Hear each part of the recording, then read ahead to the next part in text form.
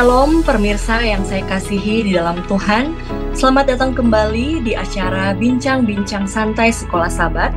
Acara ini dirancang oleh Conference Jawa Barat untuk dapat memberkati pemirsa dan kita semua melalui setiap pelajaran Sekolah Sabat.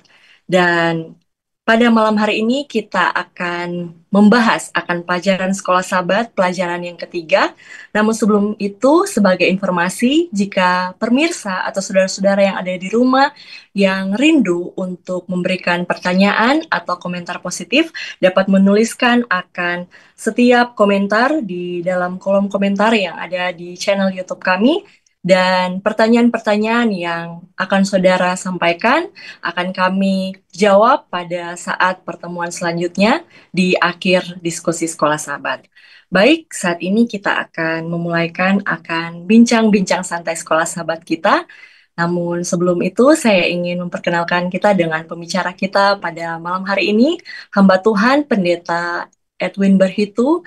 Beliau adalah Direktur Departemen Komunikasi Conference Jawa Barat. Shalom Pak Pendeta. Shalom, pemirsa. Selamat malam, Via. Ya Pak Pendeta.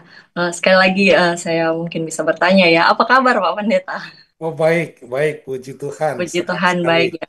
boleh Dan bertemu saya lagi. rasa Ya, ya. pemirsa yang ada di rumah juga semoga dalam keadaan baik dan sehat selalu. Baik, saat ini Pak Pendeta kita akan membahas akan pelajaran Sabat ketiga dengan judul peringatan kasih karunia. Namun sebelum itu ada baiknya kita akan membuka di dalam doa dan saya meminta Pak Pendeta untuk memimpin kita dalam doa buka. Baik, mari kita berdoa. Tuhan yang penuh kasih, Allah yang kami sembah, terima kasih. Oleh karena perkenanan Tuhan, pada hari ini kami akan belajar bersama dari firman Allah melalui pelajaran sekelas Sabat dan kami tiba pada pelajaran yang ketiga. Kiranya Tuhan akan menolong dan memberkati dan kiranya apa yang akan kami suguhkan akan bermanfaat bagi kami untuk pertumbuhan iman dan percaya kami. Terima kasih ya Bapak, dalam nama Yesus kami berdoa. Amin. Amin. Baik, pelajaran ketiga, peringatan kasih karunia. Nah, kalau bicara tentang kasih karunia, sebenarnya apa itu kasih karunia? Jadi saya coba cari-cari ya, coba searching. Kasih karunia itu kata lainnya juga adalah anugerah, sama seperti yang kita bahas pada pelajaran sebelumnya, atau bisa dikatakan juga sebagai rahmat dari Tuhan, di mana itu adalah sebuah pemberian tanpa pamrih dan bukan karena hasil usaha manusia. Jadi itu adalah suatu pemberian Tuhan, bukan oleh karena kebaikan kita, tetapi oleh karena kasih dari Tuhan itu sendiri. Atau kalau di dalam dunia kekristenan sering disebut juga sebagai kasih agape, itu kasih yang murni, kasih yang tulus tanpa pamrih. Baik, kalau berbicara tentang kasih karunia, saya rasa bahwa saya, Pak Pendeta, bahkan pemirsa yang ada di rumah, pernah mengalami akan kasih karunia yang Tuhan berikan dalam kehidupan kita. Nah, saya ingin bertanya, mungkin Pak Pendeta punya pengalaman ya mengenai hal ini yang bisa diceritakan atau di-sharing kepada kita semua. Iya, saya pikir kasih karunia terbesar adalah kita diselamatkan ya Via. Saya pikir itu ya yang pertama ya. Tapi ada satu pengalaman yang luar biasa yang bagi kami, bagi saya adalah anugerah, anugerah sekali ya. Dan itu mungkin tidak datang dua kali ya. Dan kalau bisa jangan jangan lagi lah terjadi. Jadi memang via beberapa tahun yang lalu persis itu pada waktu mau pandemi, istri saya sempat terkena serangan stroke ya. Saya lagi Hmm. pelayanan ke Jakarta, dia ndak ikut ya. Dan malam itu dia opname, tapi nggak ngasih tahu. Rupanya malam itu dia sudah anfal. Tapi dia Hmm. takut kasih tahu saya begitu pulang saya di Jakarta, malam minggu lah nyampe di Bandung, dia nangis, dia peluk dan ternyata dia punya bibir sudah mereng gitu, dia kena Hmm. stroke. Aduh, sedih juga ya. Hmm. Tapi puji Tuhan karena dokter bilang pendeta, ibu pendeta dapat namanya golden time katanya. Wah, Hmm. apa artinya dok? Itu masa yang memang ya masa tertolong lah. Kalau lewat dari golden time, udah pasti istri Pak Pendeta lewat katanya. Itu bagi saya kasih karunia ya. Dan sampai sekarang setelah terapi-terapi dia boleh sembuh. Itu kasih karunia. Itu anugerah ya dalam hidup saya. Amin, puji Tuhan. Wah, luar biasa ya Pak Pendeta. Saya juga sangat Ya, tersentuh melalui kesaksian yang Pak Pendeta bagikan. Dan saya rasa pemirsa juga yang ada di rumah punya kesaksian-kesaksian sendiri betul. yang bagaimana merasakan akan kasih karunia Tuhan di dalam kehidupan kita masing-masing. Baik, kalau berbicara tentang kasih karunia, tentu tidak terlepas dari pembahasan pelajaran sekolah sahabat bagaimana kasih karunia Tuhan kepada Iya. bangsa Israel. Maka dari itu saya ingin bertanya Pak Pendeta. Bagaimana cara Tuhan menunjukkan akan kasih karunia dalam bentuk kehadirannya dan perannya dalam menuntun perjalanan bangsa Israel menuju ke tanah Kanaan? Ya, pemirsa dan juga Via, tentunya kalau pertanyaan bagaimana wujud kehadiran Allah dalam memberikan kasih karunia itu sangat nyata ya. Bagaimana kita tahu jalannya Israel keluar di tanah Mesir.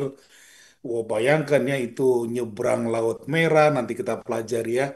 Lalu sepanjang di perjalanan ada tiang api, tiang awan, ya saya tidak tahu pengalaman Bapak Ibu pemirsa di rumah, penyertaan Tuhan, lalu memandang tiang awan dan tiang api, ya.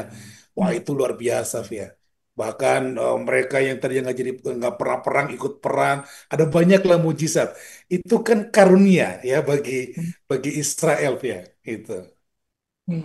Jadi itu adalah karunia. Jadi tiang awan, tiang api Hmm. adalah salah satu bentuk mujizat juga ya yang Ya, itu kehadiran Allah kan di situ ya kan? Iya, benar, itu adalah. betul. Dan kalau dipikir luar biasa ya, bahkan Tuhan tidak mengizinkan akan bangsa Israel merasakan panas karena ada tiang Ya, awan. Wah, sungguh sangat luar iya. biasanya ya. Luar biasa. Iya. Bayangkan tuh ya, di padang gurun itu kan saya nggak ngerti ya kalau Mm-mm. sekarang di Arab katanya Mm-mm. nih. Saya belum pernah ke sana. Iya. Panas itu kan bisa nyampe katanya 47 sampai 50 ya. Wah, Kita nggak pernah rasakan gitu.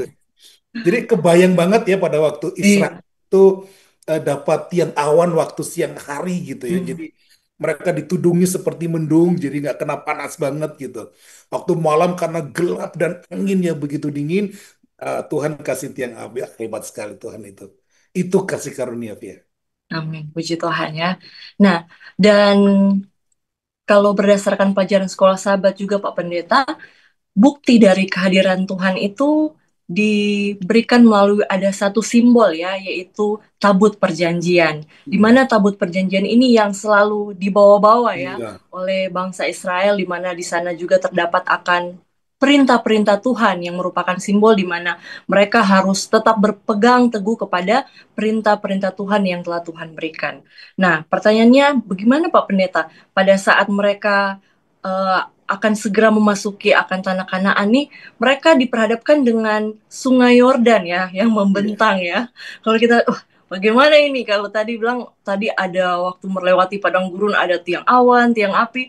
Nah, bagaimana dengan melewati akan sungai ini? Nah, seperti yang kita ketahui pada waktu bangsa Israel pertama kali keluar, mereka menghadapi lautan. Nah, sekarang mirip-mirip ya, tetapi bukan lautan, tetapi yang di hadapan mereka adalah sungai. Bagaimana cara Tuhan mengatasi akan hal ini dan bagaimana kita bisa melihat akan kehadiran Tuhan di sana. iya. Menarik ya, Fia, menarik sekali. Kalau kita baca dalam kitab Yosua itu kan, eh, apa namanya? Waktu Israel menghadapi sungai ya, sungainya deras sekali kan, lagi meluap katanya. Iya. Dan memang kalau pelajaran kita di hari Minggu ya, itu coba Via baca dalam hari Minggu, Mm-mm. coba hari Minggu di alemnya yang alemnya satu terakhir Via. Oke. Di Boleh paragraf lihat yang terakhir ya, ya kata mujizat itu. yang mujizat ya. Ya, Mujizat menyeberang sungai Yordan akan membuktikan kepada bangsa Israel bahwa janji Tuhan untuk menghalau bangsa-bangsa Kanaan dari tanah itu dapat dipercaya. Dia yang sanggup mengeringkan sungai Yordan juga sanggup mengaruniakan negeri itu kepada mereka. ya, jadi memang Tuhan ini adalah pembuktian kepada pembuktian Tuhan kepada Israel. Aku beneran nih, gitu ya. Nah, kembali tadi ke pertanyaan Via bahwa ada kehadiran tabut-tabut perjanjian kan. Kan memang Yosua katakan, Yosua juga bingung sebenarnya Via. Hmm. Waktu mereka, aduh ini sungai, nggak mungkin kita seberangi. Hmm. Tapi Yosua juga nggak mungkin nggak nyebrang. Hmm. Oke, saya yakin dalam saya nggak tahu bagaimana lah ceritanya Yosua waktu itu, tapi saya yakin mereka sudah bersiap nyebrang lah. Entah apa mereka mau bikin apa model penyeberangan tali dan kita nggak ngerti. Tapi yang Yosua paling tahu adalah Tuhan perintahkan sama Yosua, Yosua perintahkan pengangkat imam pengangkat tabut perjanjian, lalu ada jarak 300 hasta dengan pasukan tentara itu. Dan pada waktu ikuti, pada waktu kaki imam itu dengan pembawa tabut itu nyemplung di sungai, ini betul-betul yang namanya mujizat yang tadi Via baca. Hmm. Ya, itu artinya pada waktu plung begitu Via, itu sungai buap terbuka. Jadi ini seperti kejadian kedua. Jadi Yosua mengalami dua mujizat yang sama. Inilah kasih karunia itu. Yosua. Jadi Yosua pernah nyebrang Laut Merah, ya kan, dengan Musa. Sekarang Yosua yang memimpin menyeberang itu Sungai Yordan. Dan mujizatnya tadi, Via, begitu tabut perjanjian yang menjadi lambang kehadiran Tuhan, begitu masuk di air itu terbelah. Wow, luar biasa, Via. Dahsyat sekali itu kasih karunia. Luar biasa ya Pak Pendeta. Jadi Tuhan itu adalah keajaiban itu sendiri. Tuhan itu adalah mujizat itu sendiri. Karena di tabut perjanjian itu kalau kita bilang merupakan lambang atau simbol dari kehadiran Tuhan. Ya, Dan ada pelajaran menarik juga Pak Pendeta yang saya dapatkan ya, di sini bahwa coba seandainya kalau hmm, mereka waktu Tuhan suruh ya, ya, silakan jalan gitu. Kemudian yang hmm, tandu bawa tabut perjanjian itu ragu-ragu. Kemudian ah, saya tidak mau jalan. Nanti tiba-tiba ah, kalau kita lihat kan pelajaran sahabat bilang waktu itu digambarkan banjir ya, sedang sungainya sedang ya, meluap dan meluap. besar. Wah, nanti saya terbawa arus. Kalau mereka pada waktu itu ragu-ragu atau takut, mungkin mujizat itu tidak terjadi, Pak Pendeta. Berarti Yes. di situ dibutuhkan adanya iman yang kuat ya, Hmm. iman dari umat Tuhan. Ini Nah, juga kadang gini, Via. ya. Ini juga membuktikan gini, Via. Kalau kita mau tarik dalam satu kehidupan kita ya, Mm-mm. pemirsa, bahwa kadang kita takut nih menghadapi, aduh aku bisa nggak ya? Saya sanggup nggak? Kami keluarga sanggup nggak menghadapi tantangan, cobaan atau sebuah apa proyek besar dalam hidup Mm. mereka gitu ya. Ternyata cerita daripada tabut perjanjian ini turun ke air lalu air terbelah, itu membuktikan usaha dulu, jalan dulu yang pertama, Mm. gitu loh. Jangan hanya bilang kayak Via tadi, aduh aku bisa nggak ya, aduh gimana. Ya, kalau banyak sekali alasan-alasan untuk jalan, tapi belum jalan, itu nggak akan terjadi mujizat itu.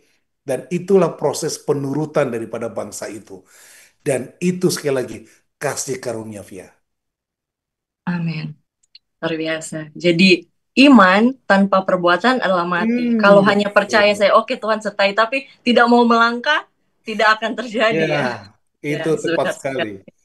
luar Iya, tepat biasa. sekali. Nah, dan semua hal yang sudah bangsa Israel lalui, bagaimana proses mereka eh, melewati akan banyak tantangan dan rintangan untuk menuju Kanaan, ada hal yang harus mereka ingat dan mereka harus membuat akan suatu pengingat. Nah, pertanyaannya di sini adalah apa sebenarnya yang harus selalu diingat oleh bangsa Israel dan apa akibatnya kalau mereka lupa? Karena kebiasaan manusia begini, Pak Pendeta. Kalau Iya, saat senang ya, wah, sangat senang, sangat ini. Tetapi ketika peristiwa itu sudah berlalu, wah, lupa lagi seperti itu. Jadi, iya. bagaimana menurut Pak Pendeta? Iya, bayangkan kan Via, kita pelajari di Hmm. pelajaran pertama dan kedua ya, Bapak Ibu yang sedang buka sekolah sahabat juga boleh mengikuti para pemirsa di rumah.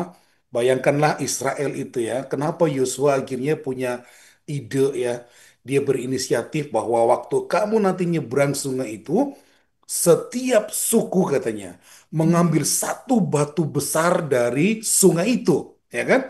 Dan nanti batu itu waktu diseberang, Yosua dirikan sebuah tugu peringatan kasih karunia. Kenapa?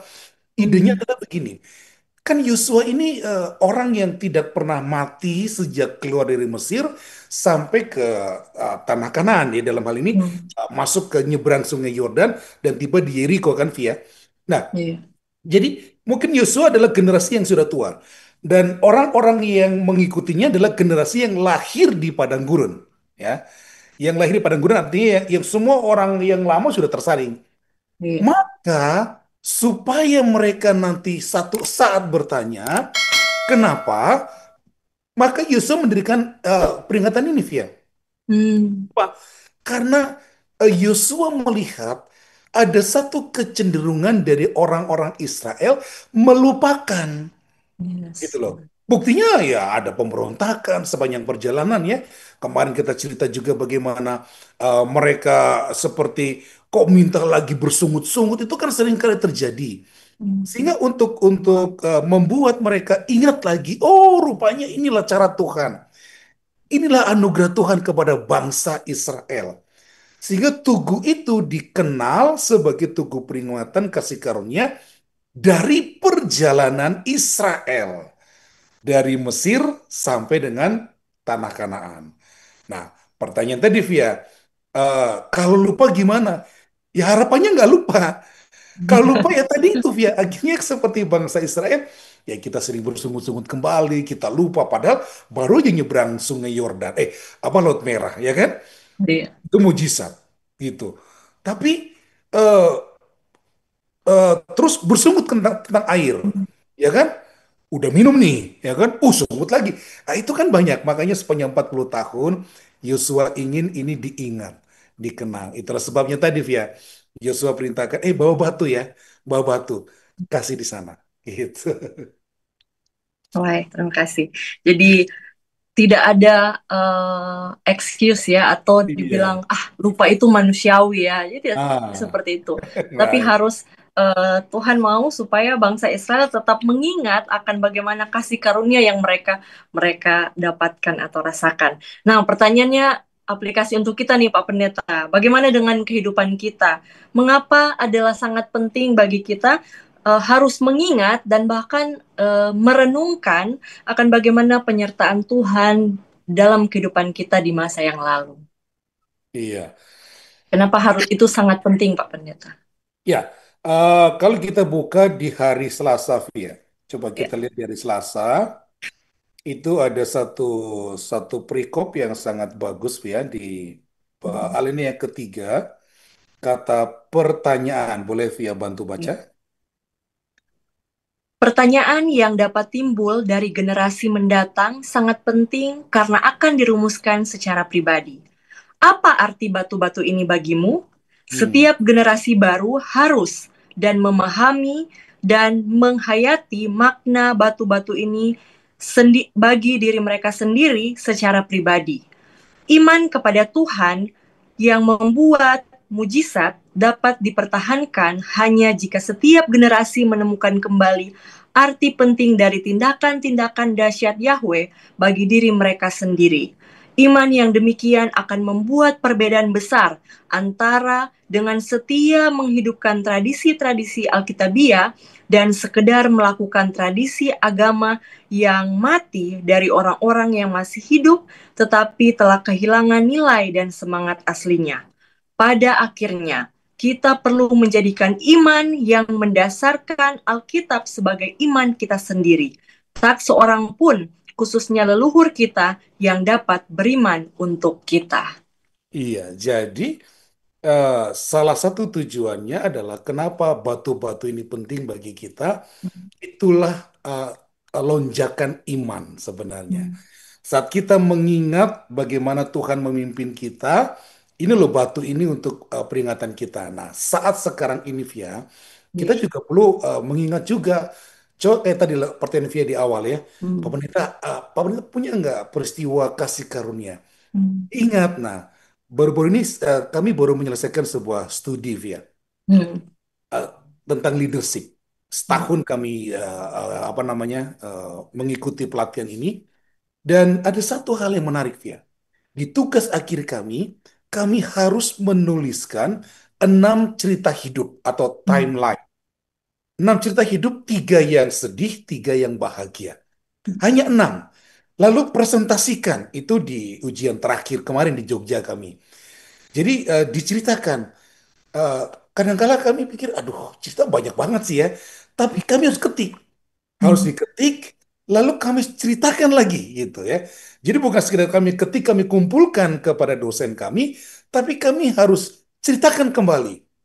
Lalu di akhir presentasi itu, eh, sang dosen katakan bahwa itu penting sebagai seorang leadership katanya, mengingat bagaimana cara-cara Tuhan menolong kehidupanmu, mulai dari kamu lahir katanya ya. Yes. Mungkin nanti bapak ibumu bagaimana, Hmm. kamu sendiri bagaimana, sampai mungkin kamu ceritakan bagaimana kamu bisa jadi pendeta, oh di pendeta ternyata banyak goncangan dan sebagainya.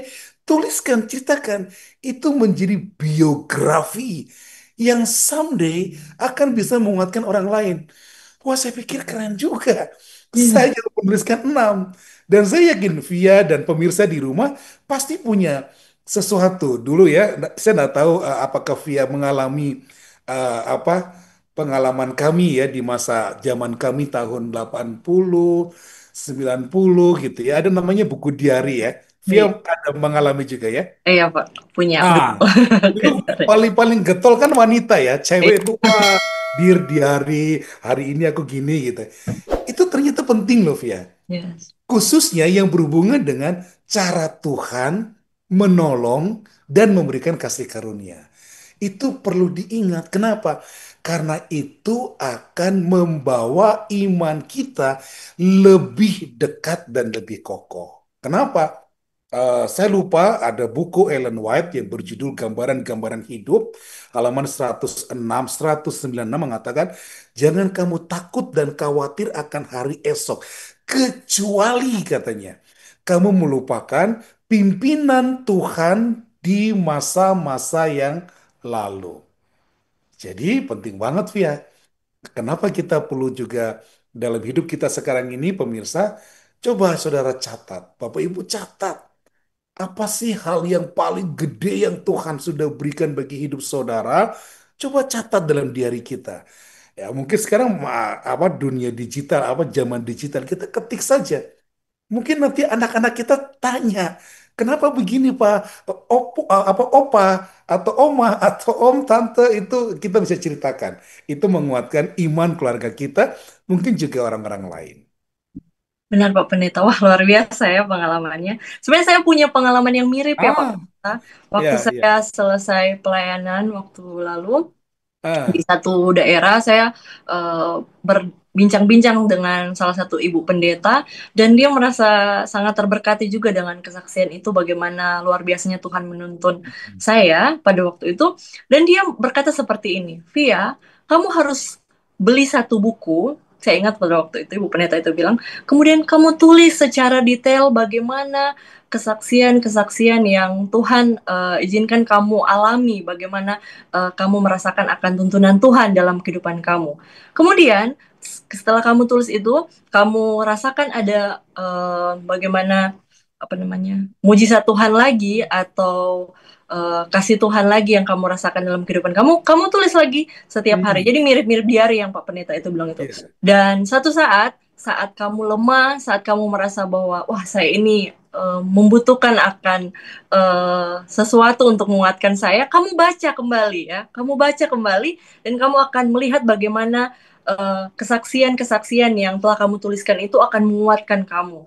Dan puji Tuhan, Pak Pendeta saya punya buku itu dan wah saya lupa bawa ya, wah saya lupa bawa, tetapi saya ingat saya masih simpan buku itu di mana Wow. harusnya saya bawa kemana-mana untuk mengingatkan saya bagaimana Tuhan telah menuntun saya ya. Jadi uh, kalau sekarang sudah berhenti menulis, seharusnya saya menulis lagi sekarang. Wah, luar Ah, biasa. luar Melalui diskusi biasa. malam hari ini saya dapat sesuatu Amin. ya, bahwa saya Iya. harus menulis lagi. Dan ini menjadi tips juga untuk pemirsa yang ada di rumah. Mari kita menulis ya, bagaimana kasih Tuhan di dalam kehidupan kita. Dan di saat Iya. kita merasakan butuh dikuatkan, kita baca kembali ya, bagaimana uh, mujizat Tuhan yang telah terjadi melalui akan buku diari yang telah kita tuliskan tersebut.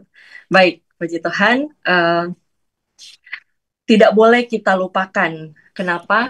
Karena ketika kita melupakan apa yang telah Tuhan buat bagi kita, yang terjadi adalah saat kita menghadapi pergumulan, saat kita mengalami akan pasang surut dalam kehidupan kita, sesuai pengalaman Pak Pendeta, kita menjadi orang yang suka bersungut.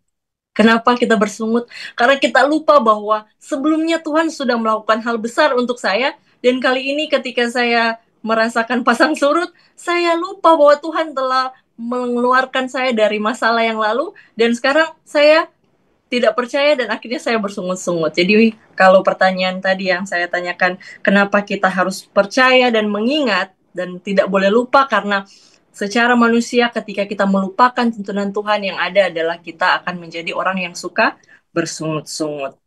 Ya. Dan sebenarnya kutipan tadi yang Pak Pendeta sampaikan mau saya bagikan saat ini, tapi Oh, tidak apa-apa. Saya rasa saya oke. mau bagikan sekali lagi ya untuk kita Ya, sebagai no pengingat. problem. Nah, Ya. dari buku yang mungkin dari buku yang berbeda tetapi sama ya, dari Testimonies for the Church, di sini bilang bahwa kita tidak memiliki sesuatu pun yang perlu kita takutkan tentang masa depan kecuali kita melupakan cara Tuhan yang telah menuntun kita dan pengajarannya dalam sejarah kita di masa yang lalu. Jadi ini saya terjemahkan ya dari bahasa Inggris supaya kita bisa seperti ini. Jadi kita tidak boleh lupa, tetapi kita harus mengingat akan cara Tuhan menuntun, dan di sini ditambahkan sebagai pengajarannya di dalam sejarah kita di masa yang lalu.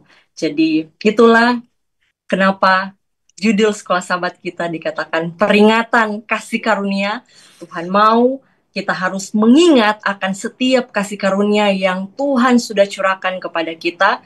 Dan yang terbesar adalah ketika Tuhan memberikan anaknya Yesus Kristus untuk mati bagi kita, maka kasih karunia itu harus selalu kita ingat dan kita renungkan dalam kehidupan kita. Amin. Baik, mungkin masih ada closing statement dari pendeta atau Iya. Jadi pemirsa yang terakhir saya hanya ingin ya. memberikan sebuah apa namanya kalimat penutup ya. Artinya mari mulai hari ini dari pelajaran yang ketiga ini dari judul peringatan kasih karunia, Allah ingin bahwa kita mengingat cara-cara kebaikan Tuhan dalam hidup kita gitu ya. Kenapa? Karena itu pasti akan membuat kita kokoh dalam iman. Kita nggak gampang jatuh, nggak gampang bersungut gitu ya. Dan kita akan step by step bertumbuh lebih tinggi iman kita dibanding tahun-tahun yang lalu. Itulah sebabnya tadi uh, sebisa mungkin kalau Anda bisa mencatatnya, catatlah pengalaman yang unik dengan Tuhan dalam hidup kita. Semoga dengan pelajaran kita pada pelajaran ketiga, pemirsa sekalian dapat dikuatkan dan mari kita lebih dekat dengan Tuhan sama seperti Yosua punya iman yang luar biasa dan tetap percaya kepada Tuhan. Amin. Puji Tuhan atas berkat firman Tuhan serta janji-janji Tuhan yang sudah kita pelajari pada pelajaran Sekolah Sabat saat ini. Dan saat ini kita akan menutup akan bincang-bincang santai Sekolah Sabat kita. Saya minta Pak Pendeta untuk menuntun kita dalam doa. Mari pemirsa kita akan tunduk kepala dan kita akan berdoa. Terima kasih ya Bapak, kami telah mempelajari pelajaran ketiga dari buku Sekolah Sabat. Kiranya Tuhan akan memberkati dan menolong setiap kami yang telah mendengar pelajaran ini dan kami boleh hidupkan dalam kehidupan kami sehari-hari. Kami tahu bahwa Allah yang baik, Allah yang sama yang pernah memerintah, menolong, menyertai Israel, dan Allah yang sama akan memerintah, menolong, dan menyertai kami pada zaman sekarang ini. Terpujilah namamu Tuhan. Dalam nama Yesus kami berdoa. Amin. Amin. Baik, saya ucapkan terima kasih banyak kepada Pak Pendeta yang sudah menjadi saluran berkat Tuhan pada saat ini. Dan saya ucapkan juga banyak terima kasih kepada para pemirsa yang setia mengikuti tayangan ini. Dan kita akan bertemu kembali minggu depan masih dalam acara yang sama, Bincang-Bincang Santai Sekolah Sahabat. Dan kalau ada pertanyaan, sama seperti yang saya sebutkan di awal, boleh saudara tuliskan di kolom komentar, dan pada saat diskusi selanjutnya kita akan membahas atau menjawab pertanyaan yang saudara tanyakan. Dan saya beserta narasumber pamit undur diri. Tuhan Yesus memberkati. Shalom. Shalom.